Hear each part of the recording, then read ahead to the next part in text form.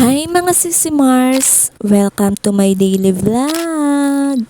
For today's ganap mga sisimars, tara samahan niyo ako magluto ng sinabawang tahong, my favorite.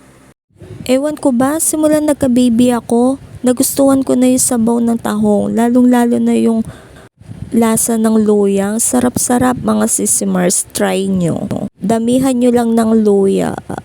At dyan na nga, nagisa na ako ng sibuyas. Tapos sinunod ko na rin yung luya. Yan, hinalo-halo ko. At nilagay ko na rin dyan yung kamatis. Hinayaan ko lang na maluto na sobra yung kamatis. At dyan nilagay ko na din yung sabaw niya. At after ng kumulo, nilagay ko na yung tahong. Ayan, inalo-halo ko pa rin dyan. Tapos tinakpan ko, papakuluan ko ulit. Nilagay ko na rin yung pampalasa doon. At nung kumulo na, yan, nilagay ko na yung pechay. At papakuluan ko ulit mga sisimars. Ayan, nung kumulo na, hinalo-halo ko pa rin hanggang sa mahilo. At nang wala nang makita pang iba, o diba, sino ka dyan?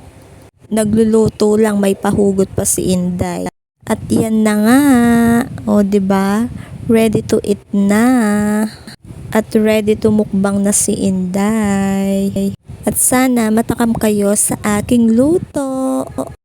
Abangan ang aking susunod na lulutuin mga sisimars.